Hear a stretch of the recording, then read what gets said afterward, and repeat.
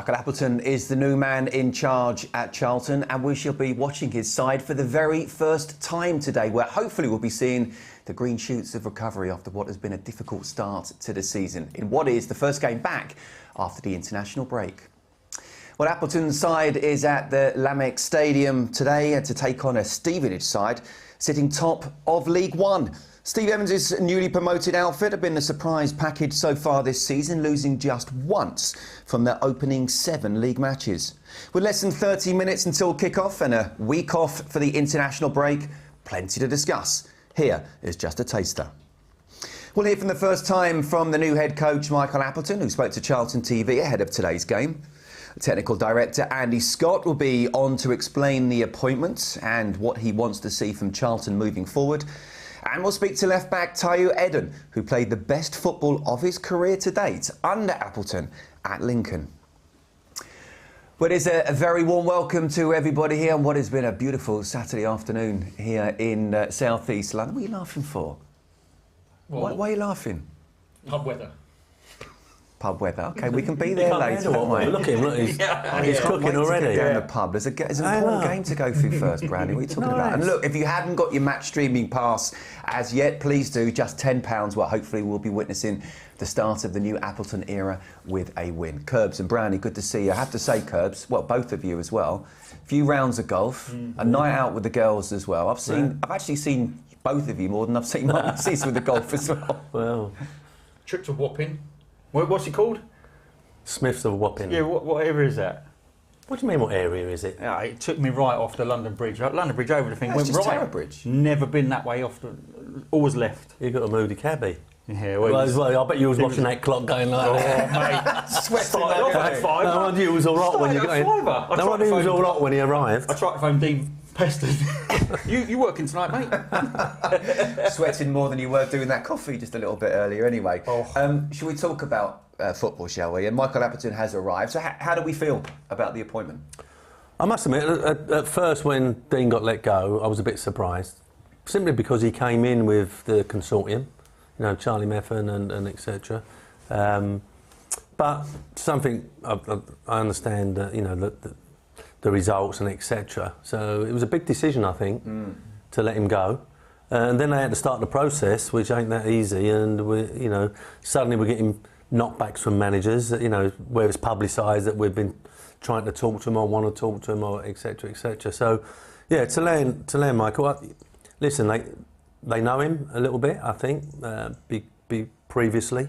He's got a lot of experience in this league, which I think was the main thing that you needed, because it's not easy. We keep looking at it and saying, you know, why are we in this league? And there's about half a dozen teams saying the same thing. So it's a tough league to get out of, and he's got the experience. So he's had a good week to work with.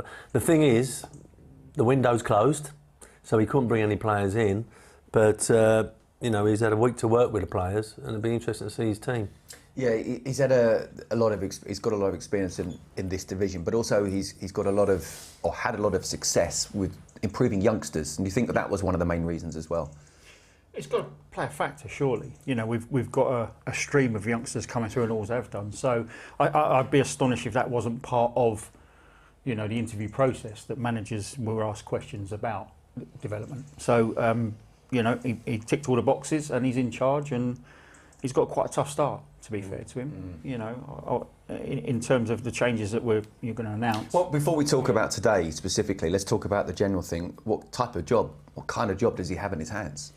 A tough job at the moment, and I don't say that, you know, with any glee. It's a tough job, and I always look at it defensively, and we are leaking way too many goals. So the first thing he's got to do is, as a manager for me, is to stop us leaking goals, to give us a chance to start winning games 1-0, 2-1, rather than 4-3 and 3-2. So that's what I'd look at first if I was him. You know, he's already expressed, you know, in terms of how the team's going to play, it wants them to pass. But it can't be the expense of us giving away goals, which I thought we were too soft at giving away goals. I mean, we've got the job in his hands. Of course he has. I think when you're looking over your shoulder, I mean, if the result goes against us today, you're suddenly looking over your shoulder, you know, then bottom 4, and with a home game coming up, a tough home game coming up after that. But, you know, we've been privy to some of the interviews already. We've seen it, and Andy Scott is talking about that I think they've gone for a guy that coaches and wants to be out on the pitch. He called it the grass, but it is the pitch, isn't it? I mean, that's the new word. Isn't it? Pitch for me. Right, so, anyway, he's always, you know, he's a good coach apparently, and when you've got these young players coming through, that's what they need, you know. And I suppose boardroom level, they're looking at these youngsters coming through. Have we got someone who's going to be able to coach them? But that's okay. But we've got to win some games. Yeah. So you know, it's not that easy putting the youngsters in and then hoping it's going to go well. So I'll be interested to see his team selection today. OK, we'll have a look at that in a minute. There you go, Brownie. There's your towel. I know you've been dabbing yourself. While Brownie is dabbing himself. Well, I mean, we've got an air conditioning unit there, but it just sits there. You know, strange. Well, there you go. I've heard this is the last nice day, so let's just make the most of it, sweating or not, shall we? Let's also hear from Michael Appleton, who arrived at the stadium a little bit early and spoke to Charlton TV. Michael, here at the Lennox Stadium for your first game in charge. How are you feeling first, and how are we lining up today? Yeah, I'm very excited. Obviously, really looking forward to the game. It's been a week too long, so to speak. But yeah, 4-3-3 today. Opportunity for some of the young players to show that they can perform in difficult circumstances.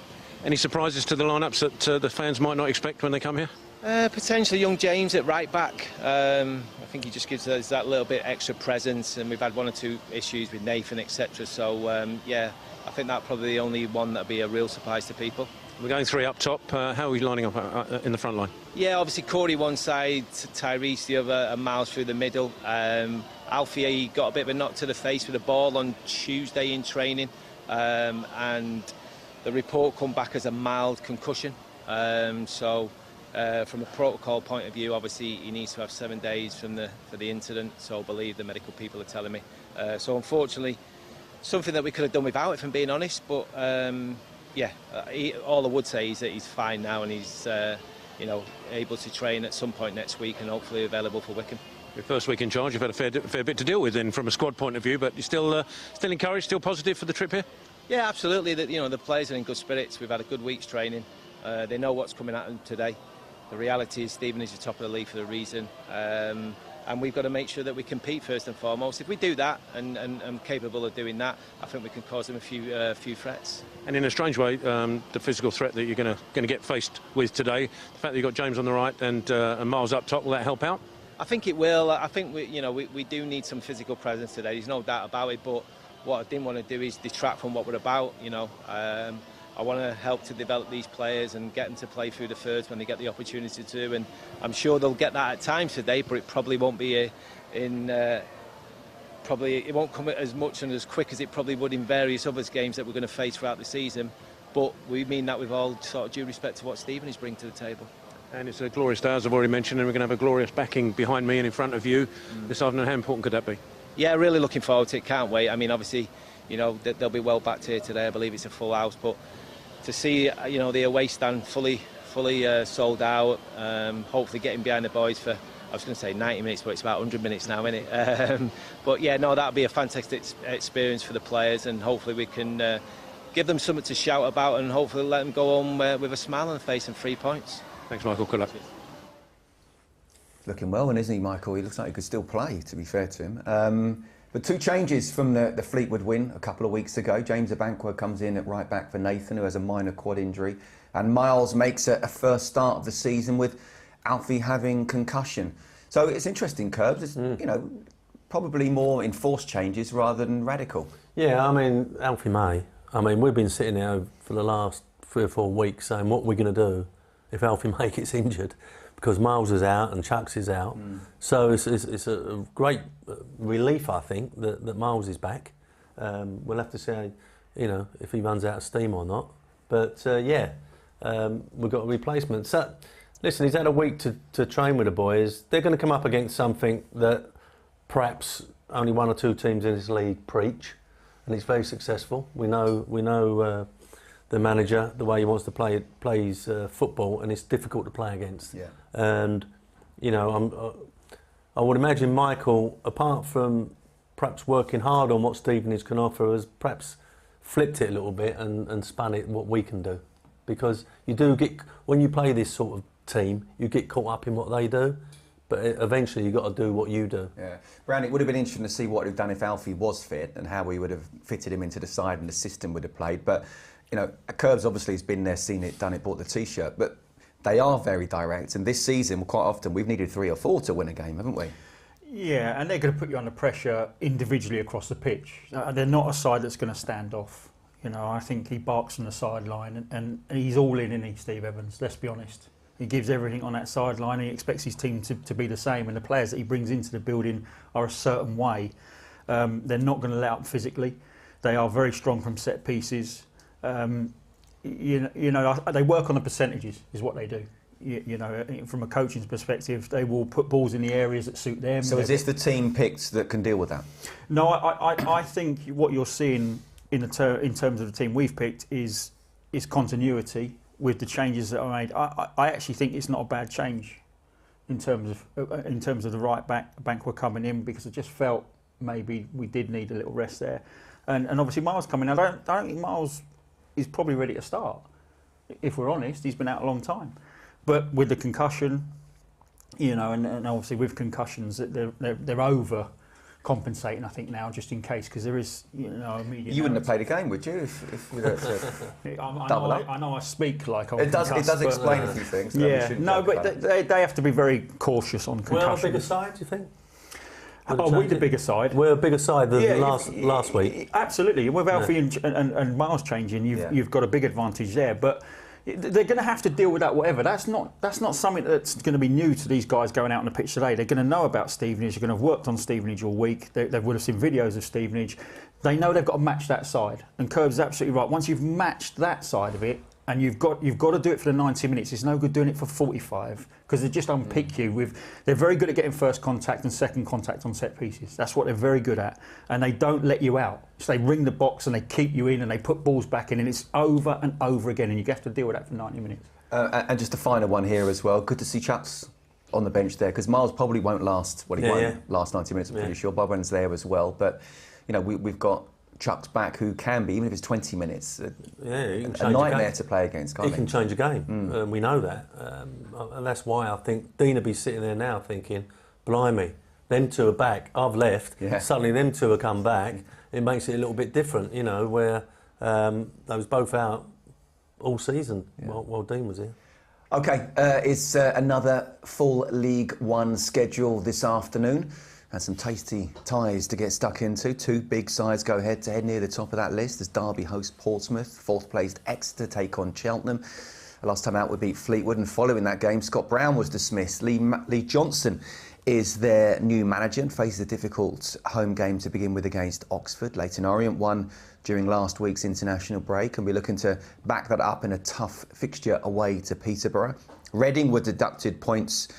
3 points during the week because of the off-the-pitch issues, and they host second-place Bolton. And Wigan have also had a points deduction this season, take on Cambridge, whose head coach Mark Bonner signed a contract extension with the club this week. And Brownie, a second manager gone in League One. Fleetwood getting rid of Scott Brown. Lee Johnson, the manager there. Are we seeing managers getting sacked earlier and earlier, though, or is this just a club-by-club thing? I think it's been happening for years, if I'm honest. You know, the summer's a nice, relaxing time for a manager. Well, a little bit more relaxing than being on the sideline every week. But you can have a little bit of a chill out. But actually, in reality, you all know that if you don't start well, you could be out of a job in 5 games. And that's what we're seeing. And I don't think that's something new, Scotty, if I'm honest with you. I think that's been around for a long, long time. There's always a couple of casualties very, very early on. So, unfortunately, it's here and at Fleetwood. But having watched that Fleetwood, I'm not surprised he was under pressure. And just a quick one as well, Curbs. You know, Reading getting deducted points, Wigan had done as well. It's so important to, as much as fans sort of want money being spent, you have to be very careful, don't you? Absolutely. I mean, I saw Mark Bowen in midweek, and I think the points deduction was mainly because the staff weren't getting paid, not the players. It was the staff. So obviously he was up in arms a little bit. But yeah, financial fair play, running the football club. You're right. Fans want to see the club spending money and bringing in players, but you know you have to make ends meet. You have to say Reading did really go for it, and they've been paying, and it's not as if they don't have the money, but it is the FFP. OK, back to Charlton, and today we're looking at our left back Teo Edun, who played some of the best football of his career under Michael Appleton at Lincoln. Let's hear what he had to say. I think the win against Fleetwood was big for us. Obviously, a run of disappointing results, and we just need to get that win back just to get confidence back in the side. Yeah, I think it's a big positive to take into the next game. Playing regularly gives you the confidence to do things that you know you can, and that's been important for me. Obviously, when I came to the club, it's something that I really was looking forward to. So, yeah, just giving me the chance to really showcase what I'm capable of doing. I know a lot of the boys from playing with them previously, or just like knowing them, meeting them through the game. And yeah, it's been a quite easy group to settle into, I think. Training's been good, we've stayed positive, and we've just been working hard to try and get things right for the next game. Michael Appleton coming in for me, I think, is a positive. I think I know what he expects from individuals and the team, so being a part of the team, I could probably give advice to some of the boys that might not know, and obviously be able to support in ways that I can. I feel like, obviously, the amount of games that I played under him, it's easy to sort of get your confidence up and really showcase what you can do. Yeah, obviously we had a good season as well while I was at Lincoln, so it was really positive for me, and I really got to a level where I thought I was pushing and really competing. I think the gaffer, with him, I found that there's a lot of clarity in what he does, so I know what my job is, and getting that done is obviously going to help the team. The preparation for the Stevenage game, I'll be honest, like, it's been quite a few long days, but obviously that's quite normal with a new gaffer coming in and trying to implement what he wants the team to do. But I think in the long run, once we start understanding what's expected of him, and the team continues to learn, it will help us. We're expecting a physical side, pretty direct, but it's something that, you know, if we're going to be competing at the top end of the table, you have to be prepared to play against. So yeah, we've been working all week to try and prepare for that, and I think we're near enough ready. I've seen online that it's a sold-out away, and which is obviously a positive for us, and obviously we got there not wanting to disappoint the fans that make their way. It's hard for fans to continue to support, obviously, when they haven't had the results that they probably expect from us, but it's much appreciated, and we'll try and repay that. Yeah, good to hear from Tayo there. And to be fair, Brandy, he's looked tidy, hasn't he, in the first few months of the season? Yeah, I mean, strong, look good 1v1 defensively, likes to get forward. Yeah, I think he's composed. So I think it's been a bright spark, actually, in terms of the players we've signed. I think he's slotted in very, very well. Such a difficult position to play, Kurt. it really is. You know, you've got to be some player to. No, but on a serious note, I mean, the left back was a problem for us last season, wasn't it? So how important is it that he does play consistently? Really replaced Purriton. You know, he done a decent job, didn't he? And was let go. And we've tried different people. We've had players on loan. But he looks tidy, and he looks like he can go into midfield, which he did the other week, didn't he? He looks quite versatile and experienced for a young player. So, yeah, and what was interesting there, he spoke highly of Appleton. Yeah. And he's and when you've got someone in the camp who has worked with the manager, he can perhaps relay it when you're sitting in the bath or you're having a cup of tea. Look, this is what you really like. This is what. Do they have baths anymore? No. They don't have a communal bath anymore, do they? No. It's changed a bit now, isn't it? Well, I don't know if they've gone when we were playing. Like 25 years ago. I don't know if they got anything that we had. No, I don't know. Think about it, though. They've even changed the language. When you think about all the cuts you had getting into a community, that just doesn't. It mental. And yet we lived. Yeah, we're all right. Yeah, we lived. A bit of banter. Gen X and all that. We got through it. Yeah, absolutely. Going back to Tayo, how important do you feel it is? You know, if he'd have gone off somewhere and then he brought you in. Obviously, I mean, Pards knew you, didn't he? And he brought you at Reading as well. How important do you feel that relationship is, both ways, from the player to manager and manager to player? Yeah, I think obviously the way managers get changed now, it's probably a little bit more difficult. But I had Curbs obviously for the entire time I was here, 12 years, and there is an understanding. Absolutely, you get over a period of time. You get a much better understanding of how your manager operates. He'll get an understanding, because one of the most difficult jobs for Curbs, for any manager, is you've got 25 lads and you've kind of got to assess them all individually for man management. And there are some, and I think it was a backhanded compliment, where he said, I knew I could leave you alone. And others don't. No, what he said is he wanted to leave you alone. Or leave you out. Yeah. He got his words mixed up. But it's like, I knew I could leave you alone and you'd deal with it yourself. And others, we had a temperamental left winger who probably needed a lot more attention. Don't know who you're talking about. Don't know who you're talking about. Who are you talking about? Does he live in Dubai right now? He's probably watching. Probably needed a lot of work. He'll be on soon, yeah. If he is watching, he'll be on. He'll be texting now, wouldn't he? But from a managerial point of view then, Curbs, how important is it that you, especially when you come into a new club, that you actually have got someone that you know you can rely on? Yeah, because he can get indirectly, he can get the message across, you know, what is acceptable, what ain't. But I do feel that the first couple of weeks is vital for the manager, like his training sessions, what he's putting on, what he's asking the players to do. Are they going to start believing in what he wants, and is that going to be successful? But pick up a couple of results. Yeah. Pick that result. If he picks the result today, away at Stevenage at the top there, and the way they play, that will give everyone a massive boost. Yeah, I mean, just on Tayo as well, 6 assists when he was there. You know, modern day football hasn't really changed. You still want your fullbacks to try and get on, don't you? And I've got a question. There you go again, talking about going that way. Well, I've got Brownie wants to talk about going that way. I've got a question here that wasn't written by me, I promise you. You moved in from central midfield to left back. Did you ever consider playing a young Scott Minto in central midfield? How would that have turned out? You'd have been all right, wouldn't you? You'd have been all right. We've got a steamroller down the middle. No, it'd have been a number 10. Hey? I love that. Number 10. Number 10. Number 10. What's up? He could pick the ball up. He's very aware. He could drop his shoulder, play the pass. And then I'd have Brownie behind me, wouldn't I? Just to try and be the enforcer. Yeah. Off you go. What about the cross, though? There you go. What about the cross? The assist? What a ball from Di Canio. Yeah, for those. Do you know what? We won't even go there, will we? That was against Charlton, wasn't it? 5-yard pass. Let's move swiftly on again. We keep on diverting. I know, sorry. I know, we'll be over. Anyway, as mentioned, of course, it is Michael Appleton's first game in charge, and the technical director, Andy Scott, led that recruitment process. Let's hear what he had to say following the appointment. Andy, a busy period for you since your appointment in July. Let's start with today and the appointment of Michael Appleton as our new head coach. What will he bring to Charlton?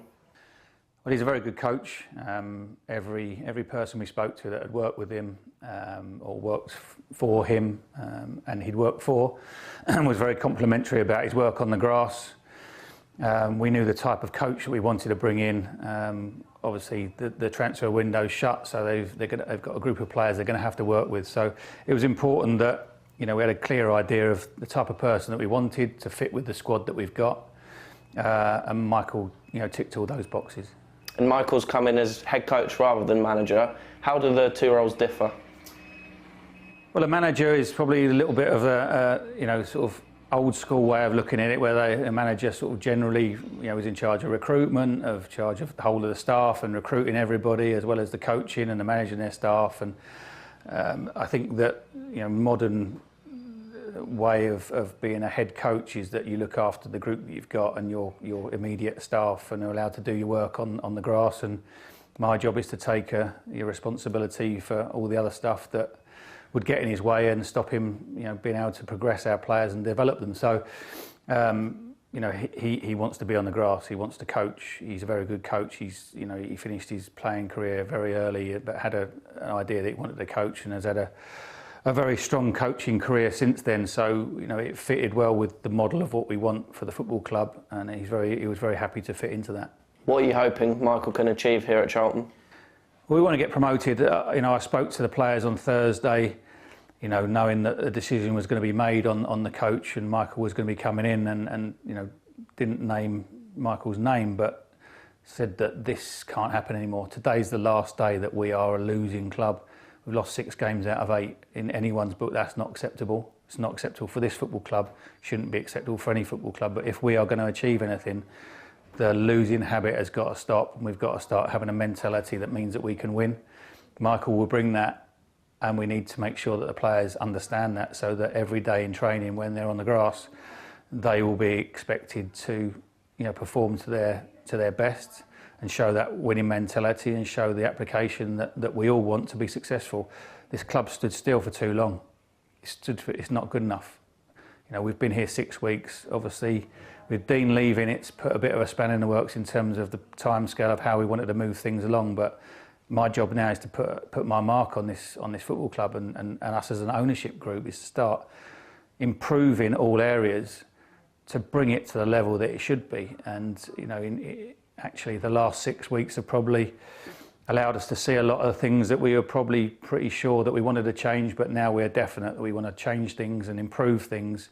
And there's areas of the club that have been neglected for a while, and that's fine, that's understandable. We know what we're walking into, but now we've got to take action and actually bring this club to the level that we can be, that gives Michael the best chance of being successful. It was a really bullish interview, wasn't it? And so many things to pick up on, but we haven't got the time. But what did you make of it, Brownie? Yeah, it was making a statement for me about where the club's gone in the last few years and where they want it to go. It's put them all under a bit of pressure because where they want to go needs results. It'd be interesting if we, let's just say we didn't have a good period for next month. Everybody's got to have a bit of a longer term view, in my opinion, because we have been in the doldrums for 2 or 3 years. Recruitment hasn't been good enough for those 2 or 3 years, and we're suffering from that. And I don't think it can be fixed overnight, for me personally. It's a bit of a longer term, but I know the group that's taken over probably want to get up as quick as they can, which is understandable. I think the first thing when you're looking for a manager, you've got to sit down as a board and go, what sort of manager do I want? Do I want a man manager? Do I want a manager that managers and coaches? Do I just want an out-and-out coach? Do I want this? Do I want that? Do I want a young one? Do I want an experienced one? What's Michael, do you think? Or what do you think? Well, he obviously said it, coach. That's what he said. And I think that the club have looked at it and gone, we've got all these young players coming through, they need coaching. But the thing that perhaps he's got more than what Dean had is he's got some experience. He's been around the block in the lower leagues, if you like. So he knows what it's like. So they've gone and got a coach. Some of the other names we got linked with, perhaps one or two of them wasn't out-and-out coaches, I don't know, but they've definitely gone down a certain road. Yeah. Players are coming out, so let's have a look at the teams, shall we? Remind ourselves of our team, 2 changes from what it was a fortnight ago, but also let's have a look at the Stevenage side as well. Stevenage side that we talked about will be very direct, and we'll know what's coming, Brownie, won't we? Yeah, and they've been done on the counter a couple of times, so they do try and squeeze you into one half and pressurise, and they have been turned around a couple of times and conceded, but by and large they're very strong, they don't concede many goals. It was called POMO back in the day, position of maximum opportunity. They just load areas and control the areas that they're loading to try and keep you penned in. But they're very strong at set pieces, but they work their socks off. You have to understand how hard they work physically.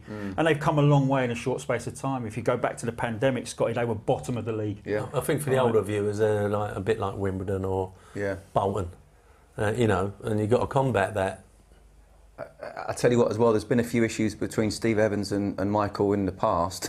He's going to be see. I don't think he's alone, Michael. On that one. He's alone. Of people. Well, I think Bo and Jacko had a decent square up. He upsets almost everybody. I think he does it on purpose. I think he wants to have it all lively and. I think you said earlier, Brandy, that he wants the players to be 100% at it, and I think they look at him and they know he's 100% at it. He's not always pleased people though, by the way he behaves himself in that dugout. So how do you see it going, chaps? How do we impose ourselves and negate their physicality? Or stick to the way that we play football. We've got to continue to pass it the way we're set up. If we get Curve said it earlier, if we get caught up in what they do, they harass us. We go a bit longer. We don't pick up the seconds. They'll control the game. It's the second ball for me. Absolutely. We've got to really make sure we win our percentage of second balls, especially in our defensive third.